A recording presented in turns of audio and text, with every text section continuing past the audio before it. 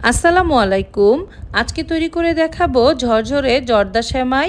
জর্দা সেমাই তৈরি করার জন্য প্রথমে আমি একটি প্লেটে নিয়ে নিচ্ছি পুরো 1 প্যাকেট সেমাই।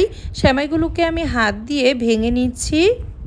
এখন আমি চুলায় একটি প্যান বসিয়ে দিয়ে দিচ্ছি 1/4 কাপ ঘি, দিয়ে দিচ্ছি 2 টেবিল চামচ বাদাম ও 2 টেবিল চামচ কিশমিশ, একটা তেজপাতা, 2-3টা এলাচ ও 2টা দারচিনি দিয়ে আমি কিছুক্ষণ নেড়েচেড়ে ভেজে নিচ্ছি। এখন এখানে 1/2 কাপ নারকেল দিয়ে আরও 2-3 মিনিট ভেজে নিচ্ছি। তারপর আমি এখানে সেমাইটা দিয়ে দিয়েছি। চুলার আঁচটা একদম লোতে রেখে সেমাইটাও আমি 2-3 মিনিট ভেজে নিয়েছি। এখন এখানে আমি 1/2 কাপ চিনি দিয়ে দিয়েছি। চিনি সেমাইয়ের সাথে ভালোভাবে নেড়েচেড়ে মিশিয়ে এখানে 1 কাপ পানি দিয়ে দিয়েছি। পানিটা দিয়ে নেড়েচেড়ে মিশিয়ে ঢাকনা দিয়ে 2-3 মিনিট ঢেকে রাখবো।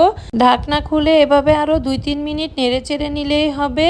খুব সহজেই তৈরি হয়ে গেল ঝরঝরে জর্দা সেমাই।